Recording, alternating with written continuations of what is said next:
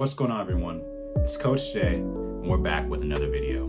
So once again, I just want to give a huge thank you to all of my supporters, all of my viewers out there that are sending, just love and support, and everyone out there just saying, we appreciate what you're doing.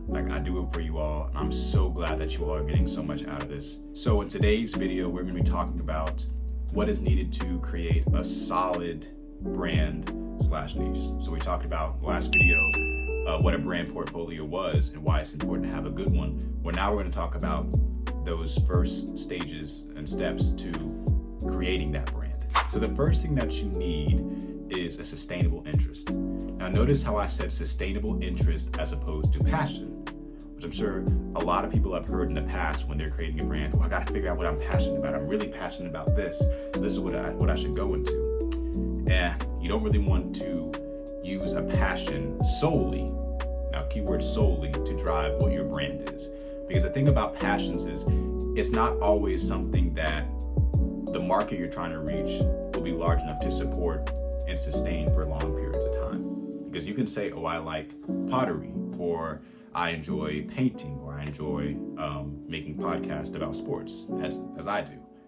But what you'll come to realize is that may not always satisfy a need or a gap in the market.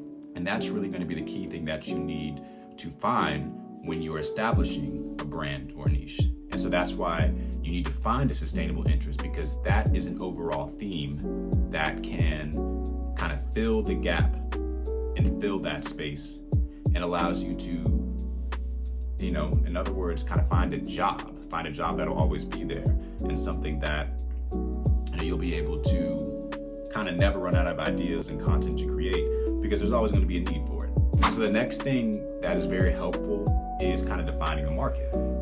And by defining a market, that really means finding a space that is not overly populated with other people in that market.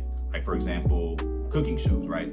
And food review shows. There are a lot of people that are really into reviewing a certain type of cuisine, traveling the world, traveling different and trying different foods. There are a lot of people that do that. But if you really want to stand out in that market, it really takes finding an area where there aren't as many people, right? Because if you go to an area where there aren't as many people, you'll be able to have more of a reach and be able to kind of retain that audience because you have a new perspective to offer.